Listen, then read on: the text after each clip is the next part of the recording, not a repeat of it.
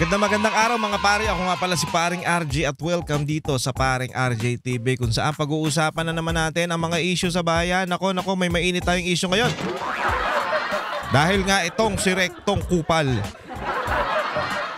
Alam mo yon yung iba talaga pag ang kausap mo tarantado Kahit nasabihin mong mayamang ka, mapera ka, magaling ka, matalino ka, basta tarantado, kupal ka talaga.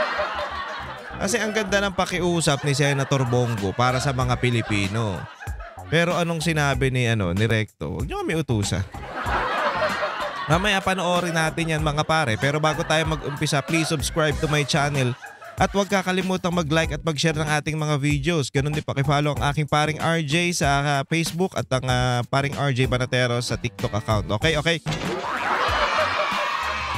Meron din tayong pag-uusapan patungkol sa ibang bansa naman to, sa Madagascar. Kasi parang nagprotesta na doon at yung pangulo nga nila nawala na. Sana pumunta? Nakalipad na sa ibang bansa. Bakit natin pag-uusapan yon? Mamaya malalaman natin. Parang nangyayari na rin. Dapat mangyari na to sa bansa natin. Kasi putya wala na Puro katarantaduhan ang ginagawa ng gobyerno ngayon. Wala na tayong aasahan kundi yung mga sarili natin. As dumagdag pa to si si Boy Bat. Lahat na lang yata nilagyan ng ng VAT Ano bang napatunayan nito?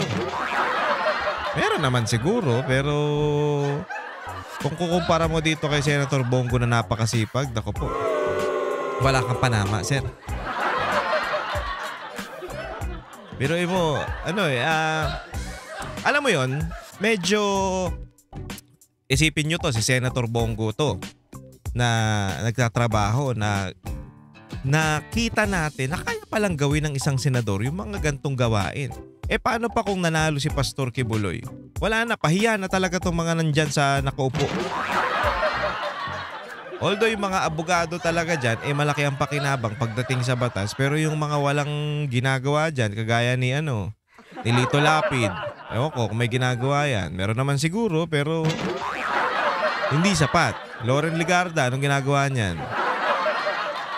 Wala ka lang ang ginagawa. Binatikos mo pa yung pagpapaganda ni Pangulong Duterte dun sa Dolomite. Kaya mo ba yon, te? Anyway, so pag-usapan natin tong issue ni Senator Bongo, pero eto muna, pag-usapan natin tong presidente natin na malupit. Ito. Dahan-dahan po na natutupad po ang pangarap po ng inyong Pangulo, ang pangarap po ng lahat ng Pilipino na wala nang ginugutom na pamilya dito sa atin. Ano daw? Puro po kasi pangarap po ng Pangulo po ng po. Kutya, nahawa ka na kay Claire? Ha? Nahawa ka na kay Claire? Puro ka na rin po kasi si Claire, di ba? Ganun po ba? Kasi po, dapat po, tinanong niya po muna po ang kanyang ama po. Ganun si Claire Puta, yung Pangulo, nahawa dun sa tagapagsalita niya.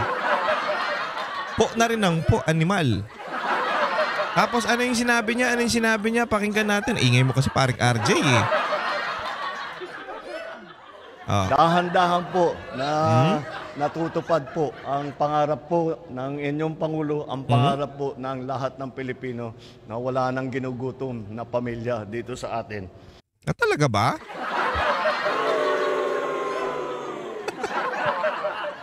Talaga? Saan mo napalitaan yan? Lakman puta yan to. Isipin nyo na lang yung bag, eto lagi kong inaano kasi puta na nakakatawa talaga Kasi nung lindol sa Cebu, puta imbis na tumulong siya kasi nga walang kabuhayan dahil lumindol, hindi makapasok yung mga tao, nag-iingat. Basta suspended lahat ng dapat gawin nung panahon ng lindol na yun kasi marami nga naapektuhan. So wala silang pagkukuhanan ng pera, lalong-lalo na yung isang kaig, isang tuka na mga kababayan natin. For example, yung mga nangungontrata lang, nagtitinda. 'Di ba? yung mga nagtitinda ng sa street sa mga street vendors. Actually, meron tayong diyan charity work diyan, yung mga street vendors binibigyan natin ng konting tulong. Hindi ko pa na-edit pasensya na po. So, yun, di ba? Yung mga yon ang medyo talagang naapektuhan. Yung mga kung hindi ka papasok ngayon, wala kang kikitain, wala kang pera. Ganon eh. Ganon. Mga nangungumisyon, nagtitinda ng mga, for example, taho. Di ba? Mga sa palengke, yung mga ganon ba? Yung mga, basta street vendors, nagtitinda ng fishball, yung mga ganyan. Pag hindi ka nagtrabaho, pag di ka nagsipag ngayong araw na to, wala kang kikitain at walang kakainin yung pamilya mo. Yun yung pinaka naapektuhan dyan nung lumindol dyan sa Cebu. At syempre, yung iba rin for example, meron tayo kagaya ng sa banda. 'Di ba? Kasi alam natin yan dahil banda tayo. Pag hindi ka tumugtog ngayong araw na to, wala kang pera kinabukasan, 'di ba? O kung tatamad-tamad ka, wala ka talagang kakainin. Kasi ang banda, pagkatapos ng tugtog, bigay din yan. Bigay din ang sahod niyan. 'Di ba? Ganun din yung nandyan sa Cebu, especially dyan sa Cebu kasi nga lumindol. Wala silang kabuhayan, stop yung trabaho nila. Ngayon, sasabihin mong walang nagugutom, putang ina, dapat sinabi mo yan sa sarili mo. Ano ba yan? Script lang o pinaano lang sa'yo, yung pinasabi lang sa'yo? Naku naman, sir. Para ka namang tanga. Isipin nyo na lang to mga banateros. Pumunta ka ng Cebu, yung mga tao na yun, wala kang trabaho. Lalo na yung mga isang kaig, isang tuka. Binenta mo pa ng bigas. Tarantado ka. Putang ina, imbis na yung 20 pesos. So for example, 3 kilo yung bibilihin nila. Oo, nakatipid sila 3 kilo, 60 pesos. Okay, panalo. Ayos yan. Pero, paano yung pang-ulam nila? Imbis na yung binigyan mo na lang ng bigas, tapos yung 60 pesos nila pambili ng bigas, dinagdag na lang nila sa pang-ulam, mas okay pa, tarantado ka. Putangin ang ginawa mo, binentahan mo pa. Nagkaroon na nga ng sakuna na na nga yung nahirapan na nga yung mga tao dyan sa Cebu, ganun din sa Davao. Putangin na, nagbenta ka pa talaga ng bigas, tarantado ka. Ha? Kagoy. Ako lang ba na gagaguhan dito kay Marcos o kayo din? Kasi nasa matinong pag-iisip pa ba ikaw na nakita mo na yung mga kababayan mo na nahihirapan tas bentahan mo pa. For example, alimbawa, may namamalim mo sa'yo tapos nagtitinda ka o meron kang tinitinda na tubig, di ba? Namamalim mo sa'yo, sir, pengen naman akong barya. Yung namamalim mo sa'yo, walang pagkukuhanan yun. Walang pera yun. Talagang pulubi yun. Tapos, ang ginawa mo, binentahan mo ng tubig. Hindi, bili ka sa akin tubig. Parang ganun di ba? Tapos, anong sasabihin niya, mga banateros? Tingnan nga natin. Dahan-dahan. Natutupad po ang pangarap po ng inyong Pangulo, ang pangarap po ng lahat ng Pilipino na wala nang ginugutom na pamilya dito sa atin. Tangina, ako nga gutom Tarantado ka pala Ha? Ako nga gutom, kayo nga gutom Tapos sasabihin mo walang ginugutom. Baliw. Huwag tayong baliw, di ba? Tangina, sir, paano ka na, sir? Pa-drug test ka na, sir, kasi mahirap na yan.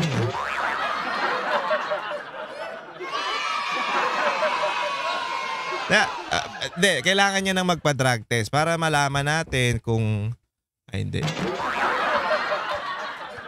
Ganto na lang gawin nilang banding ng pamilya nila kasi di ba mahilig sila manood ng mga concert, F1, mga ganon, putang ina. Habang tayo lubog sa baha, nanonood ng concert. Walang problema dyan. Kung gusto nyong manood ng concert, okay lang. Manood kayo ng F1, okay lang. Walang problema, okay yan. Gusto namin yan, pangarap din namin yan. Kung gusto nyo, okay lang din. Pero putang ina, isipin nyo muna yung mga naapektuhan o yung mga kababayan nyo na naghihirap dito habang kayo nag-i-enjoy dun. Be sensitive naman po, mga boss. Ha? Wala kitang-kita na natin yung mga tayo nahihirapan. Putang ina, tas makikita mo yung presidente natin nanonood sa ng concert. Nag-i-enjoy sa F1. Ano nang putya naman? Sir, asikasuhin mo muna yung trabaho mo dito bago ka mag party-party ba? Ganon. Ha? Ewan ko sa presidente natin na to. Napakalupit talaga. Eto na, punta na tayo dito sa issue natin kay dito kay Rektong Kupal. Basta kupal talaga eh. Kasi alam nyo, mga wala na daw pondo ang PhilHealth. Kumbaga, meron siguro pero hindi na sapat para i-sustain yung mga dapat i-sustain. Kasi yan ang inaasahan ng mga Pilipinong walang pang... Dapat nga, alam nyo kung tutuusin, dapat yung PhilHealth, yung kunyari na hospital ka, dapat full na eh. Wala nang tanong-tanong eh. Kung kailangan mo ng, anong tawag dito, kung kailangan mo ng tulong, huwag ka na magtanong. Full na yung bayad nila. Para yung mga tao, isipin nyo yung mga tao, ay hindi. Mag-contribute tayo sa PhilHealth. Kasi nga naman, pag tayo na ospital, wala na tayong poproblemahin. Sila na yung gagawa nun. O magkano lang naman yun isang buwan. 'Di ba? Ganun kasimple eh. Paano gaganahan yung mga Pilipino? Paano gaganahan yung mga tao na magbayad ng buwis o magbayad o mag-contribute sa mga dapat mag-contribute? For example, yan, sa PhilHealth nga na yan, kung hindi natin nakikita yung resulta. Kagaya nito ni Recto. Puta, puro kabat eh. Okay yan sa Pilipinas. Hindi natin kalaban yan. Yung mga buwis, okay yan. Walang problema. Pero kung wala tayong nakikitang resulta, tangina bad trip yan. Bayad ka ng bayad o kinakaltasan ka ng VAT. 'Di ba? Kinakaltasan ka ng buwis o nagbabayad ka ng buwis. Putya ang yumayaman lang pala at ang nakakakuha nun yung mga tibonyong politiko. Kaya ka-drip. So ano ka talaga? Tangina yan. Ba't ako magbabayad niyan? Mga kupal pala kayo. Hindi ako magbabayad ng ganyan kung ganyan ang style nyo sa amin. Kaya nga alam nyo, medyo nangihinayang tayo kay pastor. Siguro hindi pa inadya ng panahon na manalo siya bilang senador kasi nga pag nanalo siya tutugisin niya ng mga animal na to. Kasi sabi ni Senator tuloy ni Attorney Vic, parang 100,000 ang kinuha mo sa pera ng bayan, bibitayin ka, papatayin ka. Si pastor kasi, sabi niya, pag maliit o malaki, yung kahit piso, 5, kahit sentimo yan, basta kinuha mo, ninakaw mo, maliit o malaki, ninakaw mo yan. Walang doon, malaki o maliit, pag nagnakaw ka. Diba? Ganun din sa Bible diba? Kung hindi ka pagkakatiwalaan sa maliit na bagay, paano ka pa pagkakatiwalaan sa malaking bagay? Ganun din yung sinasabi niya, maliit man o malaki, ninakaw mo pa rin yan. So dapat ka matapos. Kasi kung hindi natin sisimulan, kung walang mag-i-example, o kung walang magsisimula ng ganyan, di ba? Hindi matatakot. Ang ganda nga nung kinikwento na yung kay Pangulong Duterte na meron sa Davao, 'di ba? Sa Davao, mga taxi driver, hindi po pwede mga nakasando, hindi po pwede mabaho yung pasensya na, may sipon po ako Hindi po pwede yung mabaho, hindi po pwede may mga tuwalya dito sa okay naman, pero yung habang nagda-drive ka nakaganyan, hindi po pwede. Tapos bawal lang may hikaw. Basta bawal amoyosi sa loob ng kotse, sa loob ng taxi. Basta maayos, nakapolo, hindi pwede yung nakasando t-shirt, ganun. Ewan ko kung naka-t-shirt ba pwede. Basta yun ang kinikwento Tapos, ngayon, may mga matitigas talaga ulo. Mayor pa nito si Digong, si tatay. So, mayor pa siya niyan. merong mga matitigas ang ulo at nagsumbong sa kanya yung pasahero. Mayor, meron dong tigas ang ulo na taxi driver, meron pa ring hikaw sa ganito. Ganun ba? Pumunta daw kasi kumakain daw doon sa mga tuhog-tuhog. Ginawa daw ni Pangulong Duterte, bumili ng fishball. Siyempre may stick yan. Tapos nilapitan yung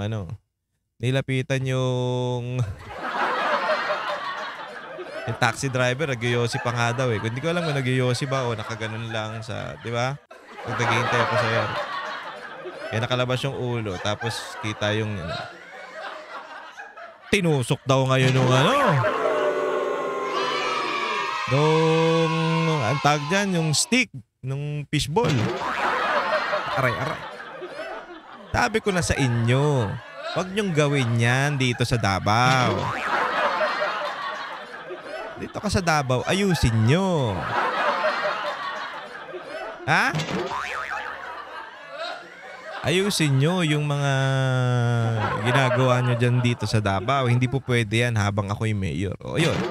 Simula nun, nung nasampulan na yun, wala na talagang gumawa. Nagmatino na sila lahat.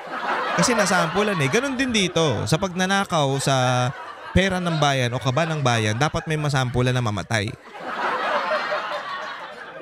Ha? May masampulan na paparusahan, may masampulan na mamatay para wala nang umulit. Ay putya. Malamang, ewan ko lang kung may tumakbo pa niyan. Hindi ako tatakbo, hindi ako makakakuha ng pera dyan sa pagiging politiko. Hindi na ako makakakuha ng pera, baka mamatay pa ako dahil sa... Diba? Ang tatakbo na lang dyan, mga matitino, yung mga hindi talaga gagawa ng tarantado, ng katarantaduhan, kasi puta, mamamatay sila eh. Malamang yan mga sila. Hindi, ayoko na magbanggit, yaman na. Malamang, yun, hindi yun, titigil talaga yun sa gawain nila. Eto, panoorin natin tong kakupalan ni Recto. Recto Kupal. Tawagan natin dyan, Recto Kupal. Kindly spare the health. Kasi para sa akin talaga, PhilHealth. Para sa health, klaro eh. Health ng Pilipino. Totoo naman. I agree totally. Ang pakiusap ko sa inyo, huwag nyo kaming utusan. Dahil maraming probinsya po na walang sariling hospital kaya DOH po nagdadala at marami tayong sinusuportahan na mga hospital at mga health centers at pakiusap ko lang sa pakiusap ni tulungan nyo rin po ito. Pakiusap ni Senator Bongo to na wag nang bawasan yung pondo ng PhilHealth. Kung maaari, yung mga excess na pondo doon na lang ilagay kasi isipin nyo to, ako nga yung anak ko na hospital eh. Ikwento ko lang kung ako walang pera, 'di ba? Kung ako walang pera, pipila ako sa sa mga hindi naman sa wala akong pera. Syempre, meron naman tayong emergency fund para dun sa mga ganyan, sa mga na-ospital. Kung wala akong ipon, kung wala akong savings na ganun, paano na? 'Di ba? Paano yung mga mahihirap talaga natin na isang kaig, isang tuka? Naranasan din naman natin 'yan eh. Yung tatay ko na hospital din, wala kaming pera. Di ba? Diyan sa public. Hanggang sa hindi na naasikaso, namatay na lang. Di ba? Ganon kahirap. Ganon kahirap yung pagiging mahirap, di ba? Etong si Senator Bongo, ang gusto niya, tulungan natin tong mga kababayan natin. Kasi hindi nga yan nila kaya. Hindi kagaya yan ng mga mayayaman.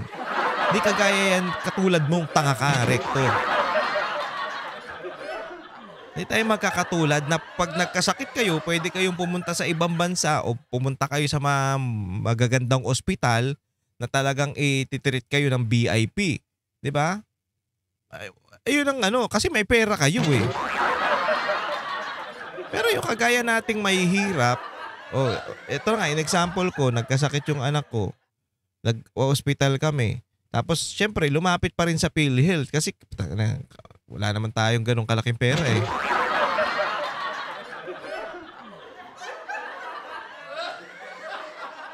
Di ba?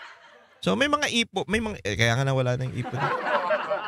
Mahirap magkasakit, mauubos ka talaga diyan. So yung PhilHealth, lumapit din tayo sa thank you kay by the way, thank you nga pala doon kay Mayor Strike Revilla ng Bacoor City tsaka kay kay Ma'am Lilian Ugalde ng CSWD kasi yan yung tumulong sa atin na makakuha ng kahit papaano financial para makabayad doon sa ospital. So kasi yung bill namin doon is 32,000. Ilang araw lang yun, 4 na araw lang yata.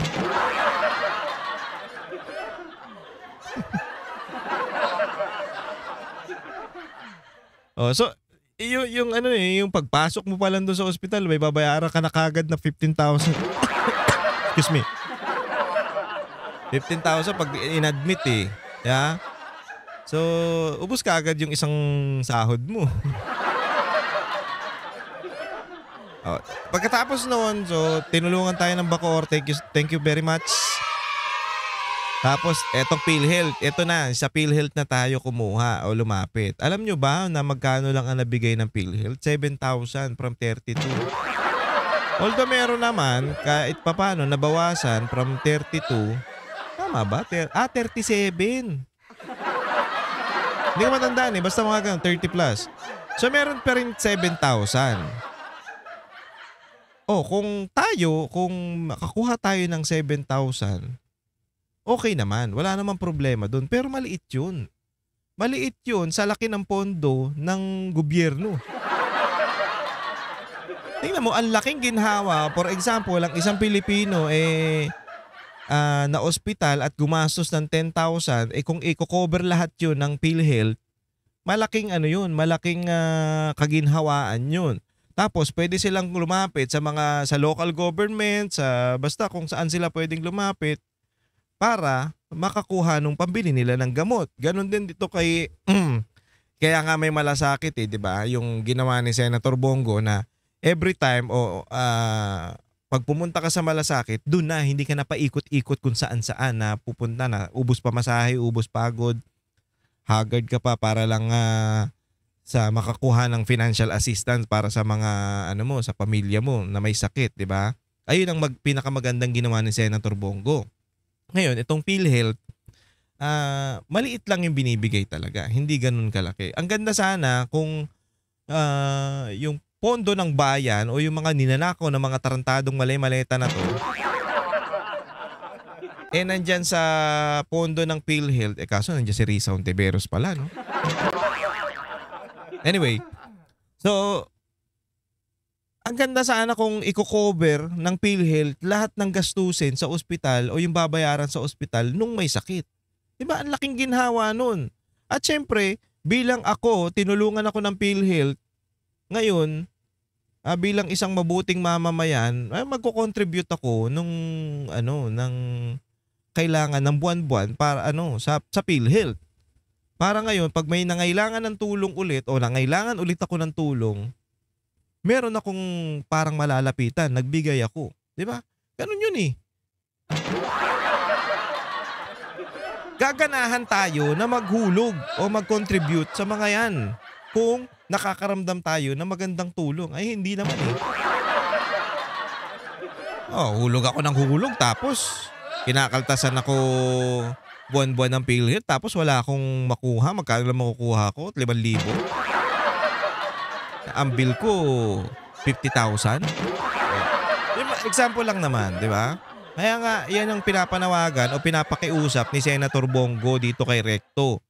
Parang mayabang patong tarantadon to. To make it operational at dapat magamit po mula Luzon, Visayas hanggang Mindanao. And pakiusap ko lang po na reminder lang po, mas alam nyo naman po ito, nabanggit nyo po kanina na inutusan po kayo ng Kongreso kung na pwedeng kunin po sa GOCC yung excess funds. Ang pakiusap ko lang naman po, since yung excess funds, gusto o pakiusap ni Senator Bongo na ilagay na lang doon sa pondo ng PhilHealth para mas maraming matulungan bukod doon sa malasakit center o yung mga tulong niya pa na personal, mas maraming matutulungang mga Pilipino pag nandun kasi PhilHealth nga eh. Philippine Health PhilHealth, di ba? So, di ba? Yun yung gusto ni Senator Bongo. Kung pakiusap, sir, baka pwede. Pakisuyo naman, sir. Di ba? Ang ganda ng approach niya. Ako, mababastusan ako ganyan? Pakiusap? For example, hindi talaga pwede. Ay, pasensya na po, Mr. Senator, hindi po talaga pwedeng ilagay doon. Maybe next time po, i-indicate nyo na lang po sa pag nyo ng GAA o pag deliberate nyo ng budget o pag-uusap-usap nyo ng budget na ilagay o specific na yung mailagay doon sa PhilHealth para mas okay po tayo sa documentation. Hindi po talaga kasi pwede yan. Pero maganda po yung gusto ninyo. Ganun sana yung approach. Putang ina, hindi eh. Ang yabang ng tarantado eh. Nakikiusap yung mama, gago. Nasa inyo yung discretion kung ano po yung GOCC na pwedeng pagkukunan. Wala pong discretion ang ibinigay sa akin ng basta excess mandate po. na yon. Mandate. Oo, maliwanag yung walang discretion na ibinigay. Basta excess revenue. Ang pakiusap ko lang, yun nga eh. Yun nga yung wala nga eh. Kulit mo naman. Wala nga. Kaya nga ang sinasabi ni Senator Bongo, pakiusap ko lang. Baka naman sir pwede. Wala nga eh. Walang binigay. Baka naman sir pwede. Baka pwede. Diba? Pakiusap, bobo. Okay ng ina mo. Ang ina, simpleng bagay, di mo maintindihan. Matalino ka, oo. Pero yung mga simpleng bagay, di mo maintindihan. Tarantado ka. Kaya nga nakikiusap eh. Yan ang hirap sa inyong mga mayayamang tarantadong politiko kayo. Ang ginagawa nyo dyan, to serve nga kayo eh. Di ba? But, masyado kayong entitled sa posisyon nyo.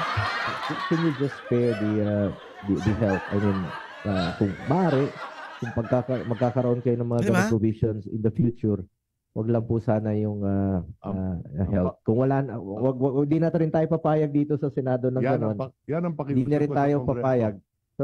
Tangina, nagsasalita eh. Patapusin mo muna. Sagot ka ng sagot eh. Diba, ang kupal eh. Mga banateros, diba, ang kupal. Tangina, ako lang ba nakukupalan dito? So, hindi ko pong sabihin kung meron man pong mga ganong provision na makita kayo, kindly spare the health. Kasi ayun, para sa akin talaga, PhilHealth is para sa health club. Sandali! Nagsasalita pa nga, puta. Intindihin mo kasi. Inaano niya kagad yung gusto niyang sabihin eh. Babarahin niya kagad eh. Pero pwede niya naman anuhin sana to eh. Bastos ka dito? Ha? Kung si Rapi yan. Senator, bastos ka dito? Ha? Huwag mo kami binabastos. Si Ben Tulfo pala. Sir, huwag mo kami binabastos dito, sir. Si Ben Tulfo na niya, huwag mo kami bastosin dito. Ha? Sir? Mr. Secretary? You don't know me.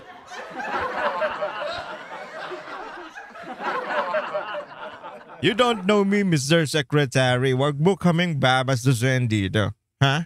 Mga senador kami dito. Nako. Ayun lang kaya kong gayahin.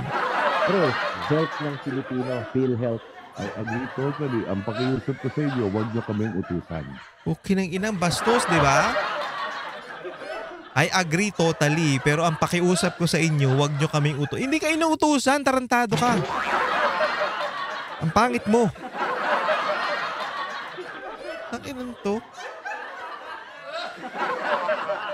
Hindi ka pwedeng utusan. Putang ina, umalis ka na dyan sa posisyon mo. Public servant ka nga. Kailangan ka namin utusan kasi kami nagpapasahod sa yung tarantado ka. Hayop ka. Ang pakiusap nito ni Senator Bongo para sa mga Pilipino yan. Ang pakiusap niyan para sa kapakanan ng mga Pilipino. 'Di ba? Hindi para sa kanya yan, tanga. Puta, tas kukontrahin mo? Oh, kita nyo, pag nakita nyo yung post na to, tapos yung mga comments sa baba, bad trip kay Recto. Ang yabang naman yung kupal na yan. Ang yabang naman yung tarantadong yan. Wala naman yan na itulong. Di kagaya ni Senator Bongo na kami nga natulungan ni Senator Bongo. Ang laki ng bill namin. Meron pang nagko-comment doon sa post ko patungkol diyan kay Senator Bongo kasi si Senator Bongo na naman ang tinatrabaho ngayon eh. Nung una, 'di ba, dahil nagsalita nga si Cheese Escudero patungkol dito kay Romualdez na kasama nga yan o yan yung parang nagsalita si Escudero laban kay Romualdez kaya siya ang tinatrabaho. Kasi 'di ba, the name you cannot be mentioned, yun nga sinabi ni Escudero sa kanya. At dinadarag niya na kung kagaya kayo niya ni Romualdez, wag niyo kaming hindi to. Sunod-sunuran kayo kay Romualdez, wag niyo kaming igaya sa Senado. Yan lagi yan. Sa kanya nag-umpisa yan, yung pandadarag na yan at naglutangan na nga. Ngayon naman, ang tinatrabaho, after ni Cheese Escudero, tinanggal na siya, okay na, napalitan yung Blue Ribbon na wala namang kakwenta-kwenta yung pinalit na Senate President. At yung Blue Ribbon Chairman na si Pinky Lacson, wala rin namang kwenta. Anak ng putya. Ang ganda na nung Senate eh. Ang ganda nung pagpapalakad ni Senator Cheese Escudero dyan sa Senado bilang Senate President. Puta, nung pumasok si Lacson tsaka si Soto, naggulo-gulo na naman. Ang ganda na malalaman na natin yung mga detalye ng katarantaduhan patungkol dyan sa Ghost Project o ano nangyari ngayon nung si Lacson na, putya, nahinto. Nag-resign si Gago. Bakit ka nag-resign? Alam ko ba kaya mo yan? At sinasabi ni Soto na magaling si kasi investigador ang kailangan natin. Ba't nag-resign yan? Tuloy. Health ng Pilipino, PhilHealth. Totally. Ang pakiusap ko sa inyo, huwag nyo kaming utusan. Bastos, no? Tumawa pa si ate. Oh. Hindi ka inuutusan, sir. Hindi ka inuutusan. Tandaan mo yan.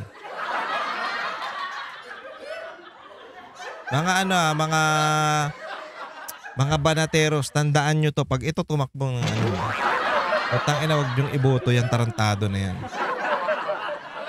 Ang kapal na mukha. Akala mo naman ang laki na naitulong sa bansa. Puro ka lang naman puro ka ekonomiya. Hindi po yun inutos. Tignan mo. Tignan mo si Senator Bongo. Kung ibang senador yan, medyo bastos, di ba? Kung ibang senador yan, dadaragin na to. Anong sasabi mo? Diba?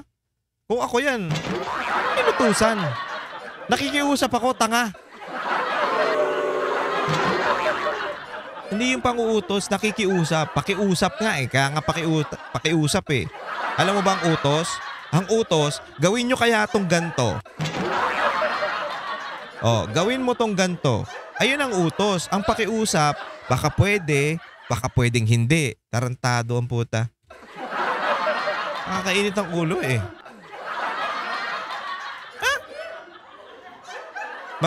Sir, Mr.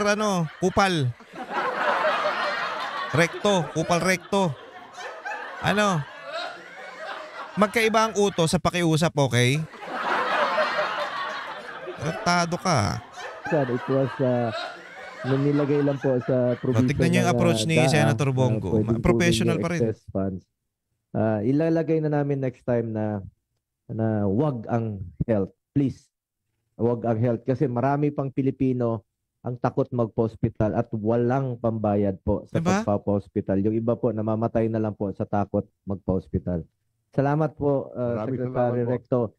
Full support po ako. Ay, pinagsasabi mo, putang ina, nagsasalita ka pa. Yung iba po namamatay na lang po sa takot magpa-hospital. Salamat po, Secretary Recto. Ano daw? Magpa-hospital. Salamat po, Secretary Recto. Full support po. Ang ina mo. Patapusin mo muna kasi magsalita bago ka umepal. Tangin ang mukha nito. Ang sarap sampalin, no?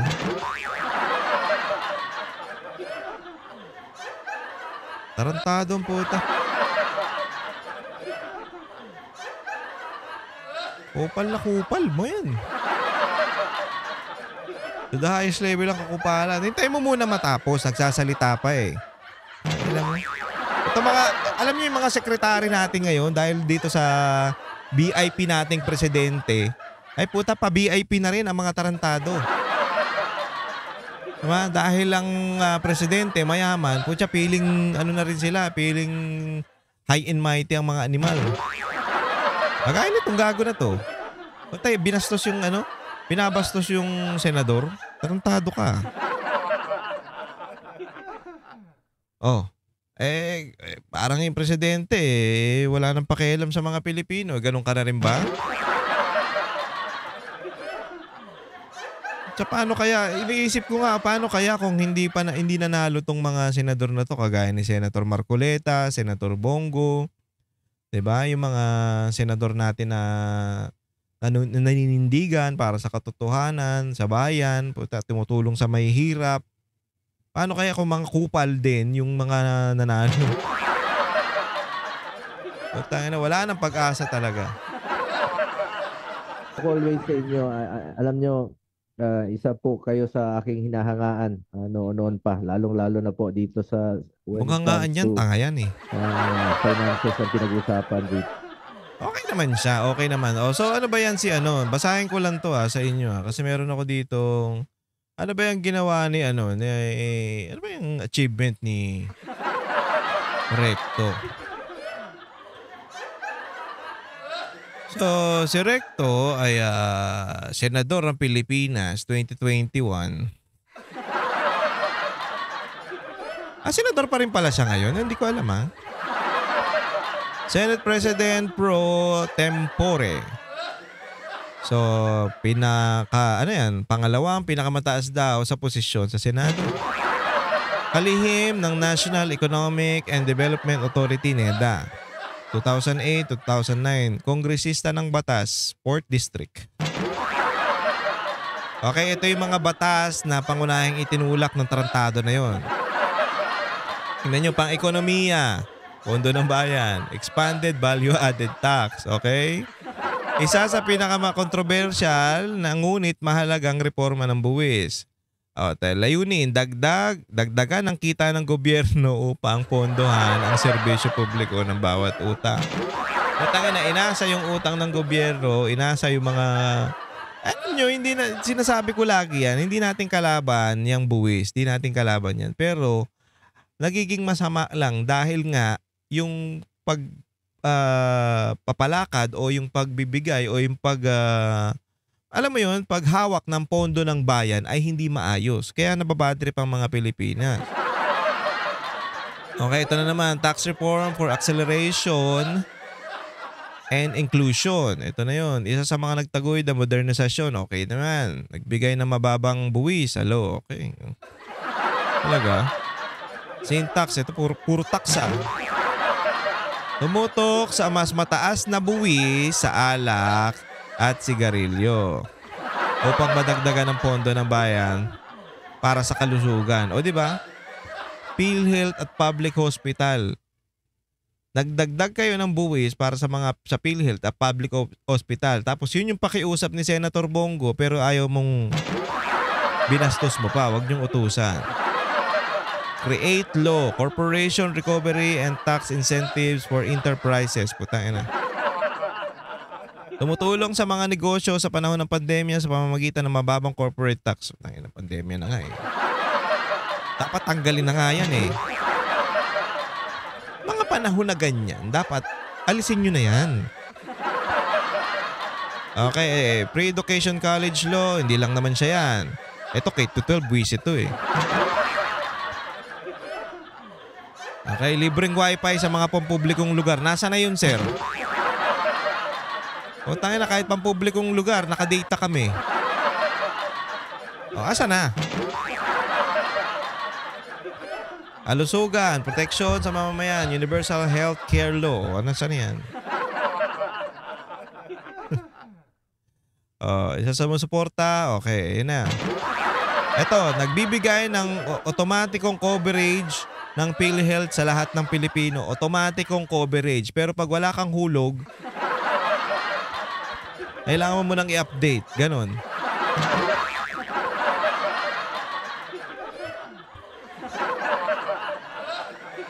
PhilHealth coverage for senior citizens. Ito.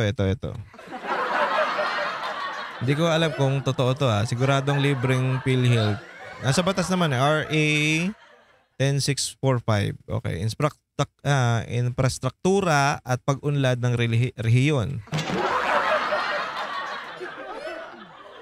Tingnan nyo, yung mga proyekto na to, papunta lang sa kanila, sa Batangas. Sa kanyang distrikto, nagtulak ng proyekto sa mga kalsada, tulay, palengke o ospital. Pinangunahan ang pagsulong ng Star Toll, Batangas. Sa ano lang sa kanila lang sa Batangas, reforma ng pamahalaan. Pero ano naman to? Malaking tulong naman, okay? Ito. Fiscal Responsibility Act. Isinusulong ang mas maayos at transparent na paggastos ng gobyerno. Madalas niyang binibigyan diin ang balanse ng pananalapi at serbisyo. Okay? Transparency, accountability in budgeting. Kilala si Recto na number man. Oo. Taxman yan, hindi yan number man. Palaging sinusuri ang pondo at budget ng bayan. Okay, ayan yung mga achievement ni Recto. Pero si Senator Bongo ba may achievement? Ito hindi naman natin kinukumpara. Pinapakita lang natin kasi medyo bastos siya Senator Bongo, hindi lang siya pang health, marami pa yan sa sports, marami pang tinutulungan yan, maraming batas yan na naipasa para sa mga Pilipino, sa pangangailangan ng mga Pilipino. Kasi yung sports, sinusulong niya yan kasi para yung mga kabataan ay hindi mapunta doon sa pinagbabawal ng gamot, hindi maligaw ng landas. Okay. Kaya naman sa health, gusto niya nga, parang maaari niya, ilibre na lang Alam ko merong nag-comment dyan sa akin, sa may page ko na, Sir, maraming salamat kay kung makakausap mo si Senator Bongo, maraming salamat. Sabihin mo, salamat sir, kasi 150,000 o 160 yata, nakalimutan ko, 150, sabihin natin 150, yung bill nila sa ospital. Pero nung lumapit sila kay Senator Bongo at diyan sa Malasakit Center, wala silang binayaran kahit piso.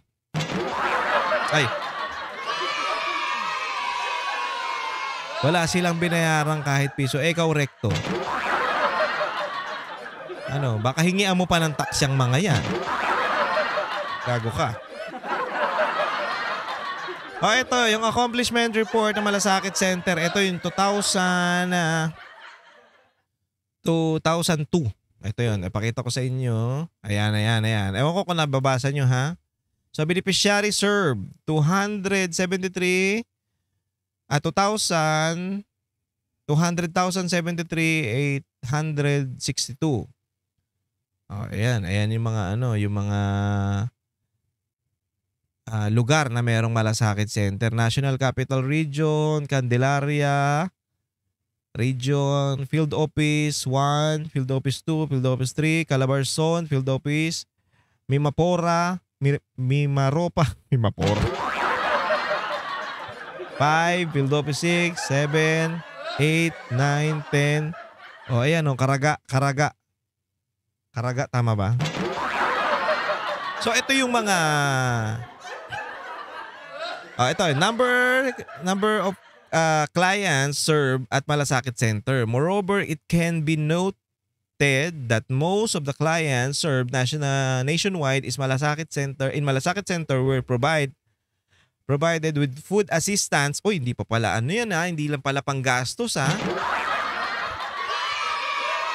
May food assistance pa pala with a total of 11,708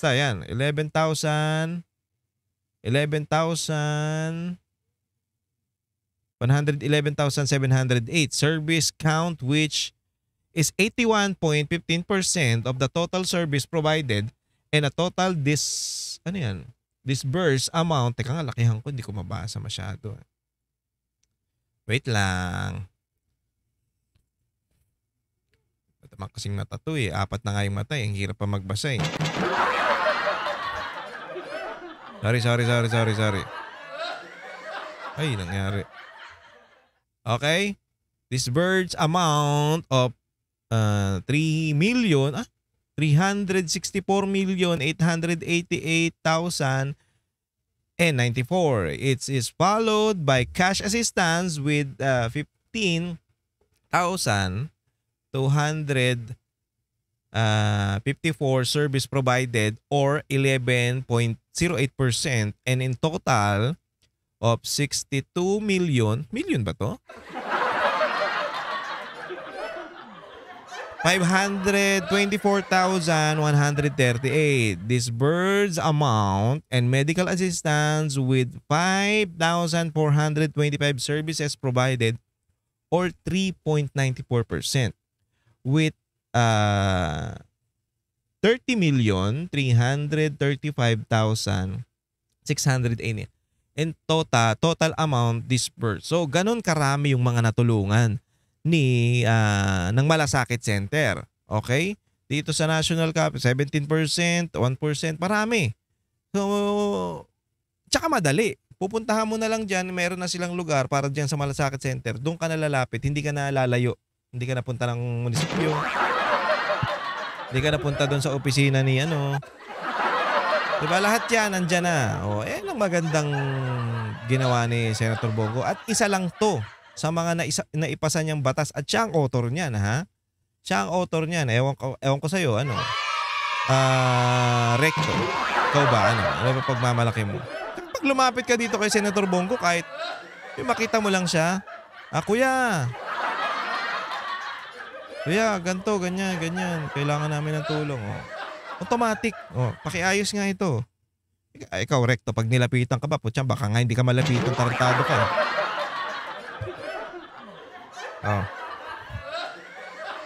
Dahil dyan sa nangyayari ngayon, ito. Time appealing. Si Senator Bongo sa kanya na ngayon pinupuntirya, siya na ngayon ang pinupuntirya ng gobyernong ito. Naku po. Noong una si Escudero. Ngayon yung mga senador na sila Jinggoy, sila Villanueva, ngayon siya na. Bakit kaya? Bakit ganun? Kung sino pa yung mga nagtatrabaho ng maayos. Kapwa nating Pilipino, please, huwag ho tayong pumayag. Ayan. Huwag ho tayong pumayag. Huwag ho tayong pumayag na lokohin po tayo. Huwag ho tayong pumayag na ilihis po yung totoong issue rito. Yung mga flood control. Kasi siya, sa kanya na naman, kilala niya daw yung Diskaya, tapos si Lacson nga. Bakit si Lacson hindi nyo anuhin? Di ba? May picture pa nga ng Diskaya yun. Ito naman. Mga ghost projects, yun po ang tumbukin dapat. Kung sino po yung may kasalanan, panagutin po natin. Yun ang dapat tumbukin.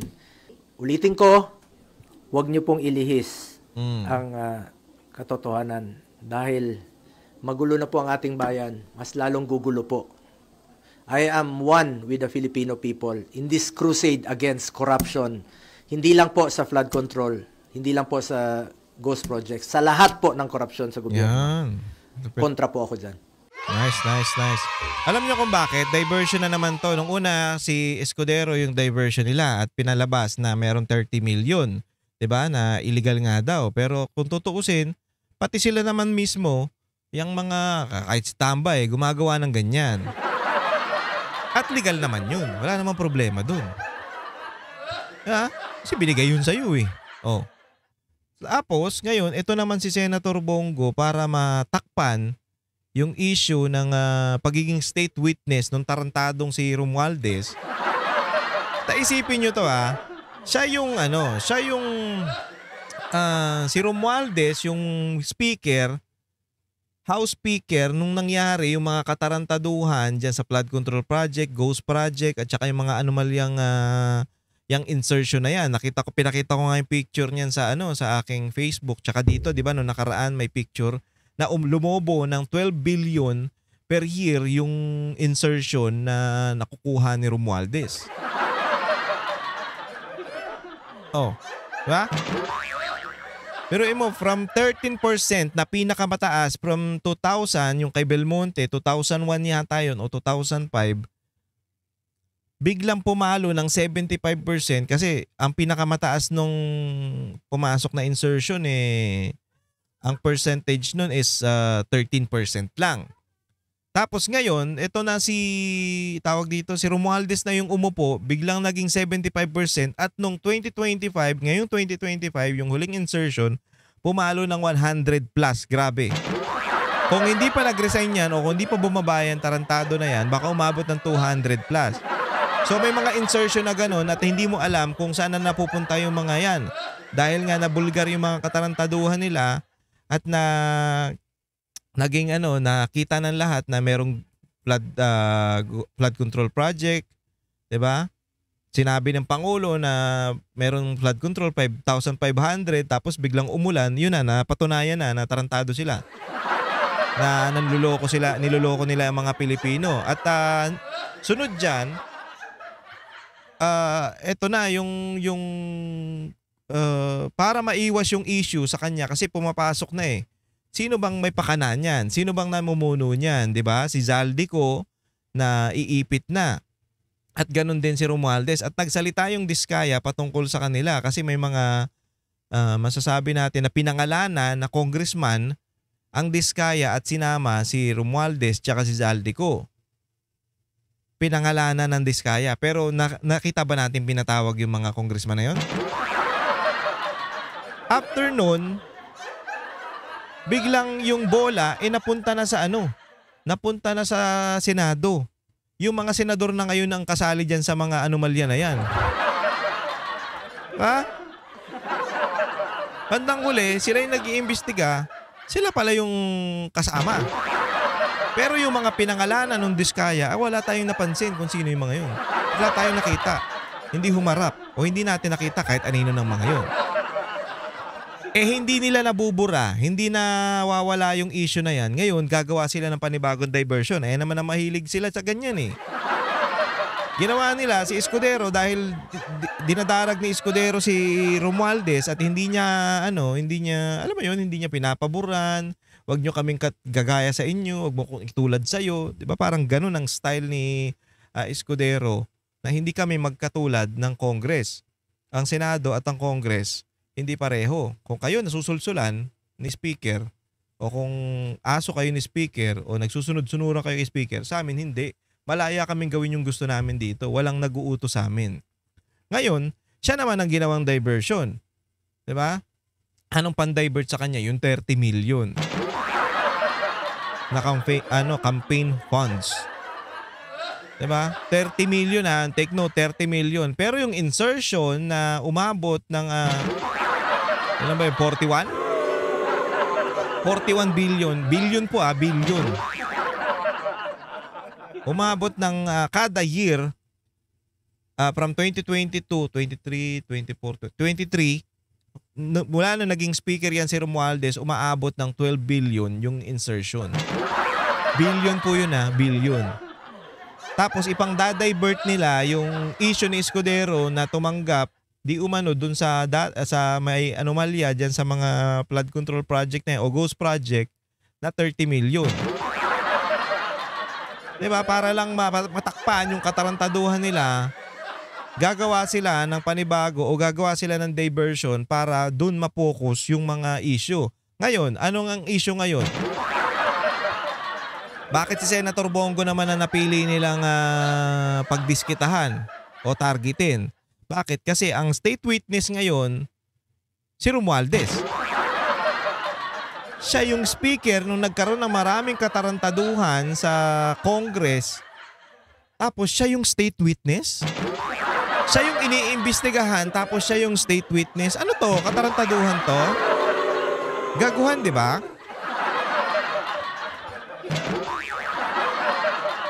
Kaya nga ito ang medyo nakakatakot kasi baka mangyari yung nangyari sa Madagascar, 'di ba?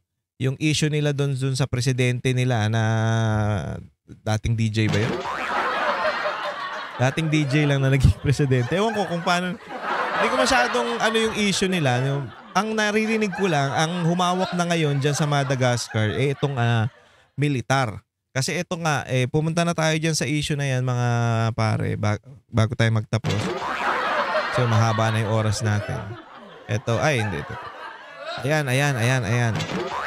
Etong nasa baba, ito yung presidente nila. Tapos ito yung nagrarally yung mga tao dyan sa Madagascar. So, ito kasing presidente nila, hindi na nila makita ngayon kung nasaan. Parang tumakas na daw papuntang France. Kasi nga, nagkakaroon na ng kudita laban sa kanya. At ito yung nakita ko sa... Merong malaking kaguluhan dyan sa Madagascar sa politika at sa lipunan. Ito 2025 lang yan. Tapos nagkaroon ng malawakang protesta dyan, yung tinatawag na kabataan, yung Gen Z, laban sa gobyerno. 'Di ba? Kasi ang ginawa ni gusto nila mangyari, buwagin yung kongreso, i-impeach yung presidente, tapos ang nangyari militar na yung militar na ang humahawak diyan ngayon. Ulitin ko medyo mali. So ang gusto ng mga tao diyan i-impeach yung president. Parang ito ayaw niya. Parang Marcos din. Ayaw niya. Syempre ayaw niya bumaba. So nagsimula ang protesta noong September 2025. Ito lang, noong September. Yung mga kabataang estudyante ang nanguna dyan. Parang ito nga yung nangyayari sa atin ngayon ng mga Gen Z ang nag-uumpisa at si Kiko Barsaga nga ang namumuno, di ba? Pero umuwi nga lang siya noon, pero mo na. Bahala na siya dyan.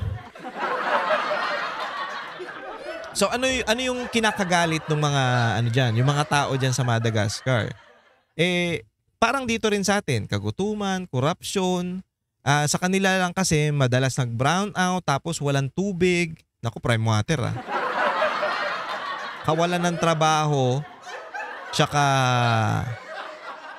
kahirapan. So yung mga tao nawalan na ng tiwala doon sa pamumuno ng presidente nila na si Andry Rajoelina. Kung hindi ako nagkakamali Tapos, syempre nagpoprotesta na yung mga tao diyan. Sinubukan ng gobyerno na pigilan. Syempre, ang hawak nila ang militar ngayon. Tapos nagkaroon sila ng ang nangyari dahil medyo mainit yung mga tao niyan dahil nga syempre gutom, laging brown out, walang trabaho. Magagalit talaga yung mga yan. Nagkaroon ng karahasan, nagkaroon ng gulo, tapos meron pang namatay, mga namatay. May mga sugatan at namatay. So, magkakaroon talaga ng kudita laban dun sa presidente. Ang nangyari, ano ba sabi dito? Wait lang.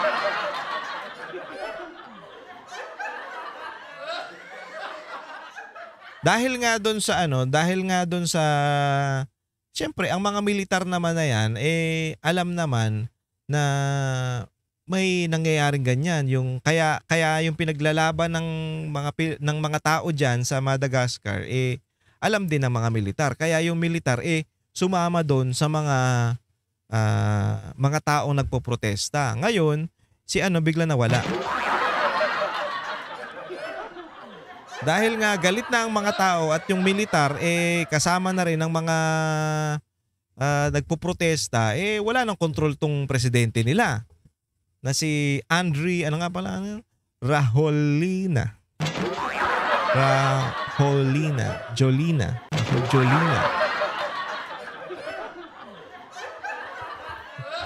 So, nung nagkakagulo na yan dahil nga wala nang control yung presidente sa militar at ang Congress gustong i-impeach na ang presidente. Sinubukan ng Congress. Ang sagot naman nung presidente binuwag niya yung National Assembly para pigilan yung impeach sa kanya. So hindi sinunod ng presidente yung mga mambabatas na tatanggalin siya. Basta gumawa siya ng paraan para mapigilan yung pag-i-impeach sa kanya. Pero idineklara ng Congress nila, ng Kongreso nila, na wala na siya, hindi na siya presidente. Ngayon, pagkatapos ng impeachment, nagdeklara na ang militar na sila na ang hahawak ng kapangyarihan dyan sa kanilang palasyo, sa White House, sa Malacanang nila. So ngayon, ang pinangako ng militar ay magkakaroon ng transition of government. So parang meron niyang ilang buwan para maghanap o mapalitan yung panibago. Basta pag-uusapan pa nila ng maayos yan. At eto nga ang pinaka issue ngayon, itong presidente nga nila hindi na makita, hindi na alam kung nasaan. Ang sinasabi, lumipad na daw to sa papuntang France. Pero hindi tayo sigurado. Uy, nandyan din yata si Zaldico eh. So bakit ko sinasabi ito mga banatero sa inyo? Bakit ko sinasabi? Kasi hindi posibleng mangyari ito sa Pilipinas. 'Di ba sunod-sunod na yung rally diyan sa may Raha Suleiman, diyan sa may Dasmariñas Village, diyan sa may EDSA. Marami na yung una nagkaroon sa EDSA. EDSA Shrine, 'di ba? Doon sa may Gate 4. Marami. Tapos meron pa sa ano nga ang tawag doon sa Liwasang Bonifacio, maraming rally ang nangyayari na ngayon. At hindi natin may iwasan na itong nangyari dyan sa Madagascar, mangyari din sa Pilipinas. Ang mahirap dito magkaroon ng sakitan, di ba? Na nakita naman natin na nagkaroon na ng komosyon nung doon sa may Menjola. At yung mga yun, pakawala yun ng mga komunista. Bayad. Diba? Sila na mismo nagsabi, bayad kami 3,000. Ang gulo lang kami. Tapos sabihin namin, pag nahuli kami, padala kami ng mga DDS kami, Duterte kami. Ayun ang nila. Ayun ang sinasabi nila. Ngayon, etong mga nangyayari dito sa Madagascar, hindi imposibleng mangyari din sa atin. At sana yung mga militar natin, gumalaw-galaw na rin. Manindigan kayo para sa mga Pilipino, hindi yung tahimik lang tayo. Kailan tayo kikilos? Pag wala na tong presidente? Kasi 'di ba? Anong problema nila? Kagutuman, laging brownout, walang trabaho, puro paghihirap, tapos korupsyon. Ano kaya yung korupsyon na ginawa dito, na nangyari dito sa Madagascar, kumpara dito sa korupsyon natin sa Pilipinas? Ha? Excuse me. Kasi dapat kumilos na yung mga uniform personnel natin para ayusin tong gulo na to. Kasi kung hindi natin to, kung hindi nyo to, kung hahayaan yung mangyari yan, kayo rin na mahihirapan. At kayo rin ang masasaktan. Maraming masasaktan dyan. Diba? Ito nga, dito sa lugar na ito, may nagkasakitan, meron pang namatay, di ba? Hindi imposible kasi sila nandyan na sa tapat ng Malacanang nila eh. Diyan na sila nagpoprotesta eh. Tapos pagdating ng panahon na, alam mo yon, na kumilos na yung militar, yung mga militar kumampi na sa mga tao, nagulat yung gobyerno o tong presidente na parang bakit nagyayakapan na yung mga bakit nagyayakapan na at nagbabatian na yung militar at yung mga nagrarally na yan. Ibig sabihin, kumampi na pala yung militar sa kanila. At wala na nga tong power, tong si Andry. Ano pangalan nga nito? Andry Rajoelina. Rajoelina. So wala na nga siyang power. At ang huling balita sa kanya hindi na siya makita, parang lumipad na sa ibang bansa. Baka ganito rin ang gawin ni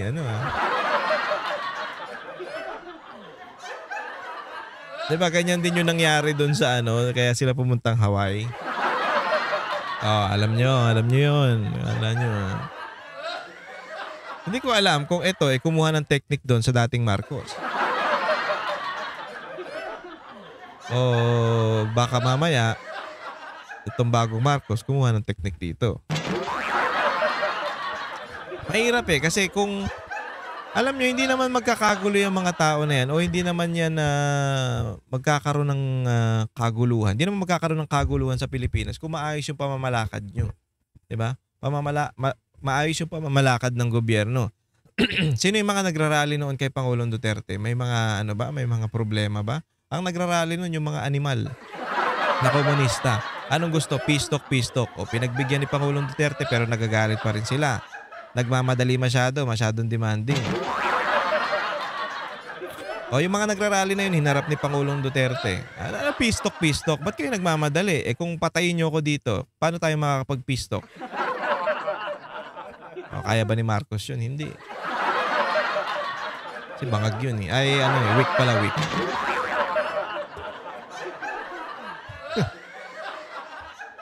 So, yan ang mga kaguluhan, 'di ba? Nung una nagkaroon ng saan ba yun? Yung isang magulo din, parang ano nga ang lugar yun? Yung sinunog yung first lady ba yun? O yung hari nila, yung presidente nila parang sinunog dahil sa corruption din. Anong sa Pilipinas, anong gagawin kaya? Pero sana wag mangyari yung mga gantong bagay. Ayaw nating mangyari yan. Kaya ang maaari, yung dapat gumalaw, gumalaw na kasi mahirap yan. Pag nangyari ang mga ganyan, ako, madugo ang Pilipinas pag nagkataon. At hindi maganda, nakakahiya na nga tayo, magkakaroon pa tayo ng ganyan. Alam na ng buong mundo yung nangyayari sa Pilipinas na korupsyon. Kaya nga yung mga investor hindi na nag-i-invest dito kasi natatakot eh. Tsaka na lang ako mag-invest dyan. Pag wala na Marcos. Kasi ipon kong pera, invest kong pera, baka mawala. Ayun, Bombay. Anyway mga pare, maraming salamat sa pagsama sa akin. Kung nagustuhan nyo yung video na to, please subscribe to my channel at huwag kakalimutan mag-like at mag-share ng ating mga videos. Ganun din po, pakifollow ang aking Facebook page na Paring RJ at ang TikTok account na Paring RJ Banateros. Ganun din po, pakifollow ang Banateros 2.0 sa Facebook at DZAR1026 SMNI. At nandyan ang mga Banateros. O, kita nyo na yan. Paki-subscribe na lang po. Ha? Okay. Maraming salamat ulit mga pare. Ingat po kayong lahat and God bless you all. Para sa inyo po ito. Kami ang boses ng masa, hindi natatakot. Katotohanan lang, di kami nalulunod. Walang bahid ng sismis, lahat ay totoo. Kahit sino ka pa, pag mali ka babanatan ka. Walang wala kaming kinikilingan, basta para sa bayan kami lalaban. Pag tama palakpakan, pag mali banatan, di matitinag, di matatakot. Para sa bayan, tuloy ang sigaw. Sa harap ng kamera, walang halong takot. Mga baluktot, lahat kayo'y tutuwa.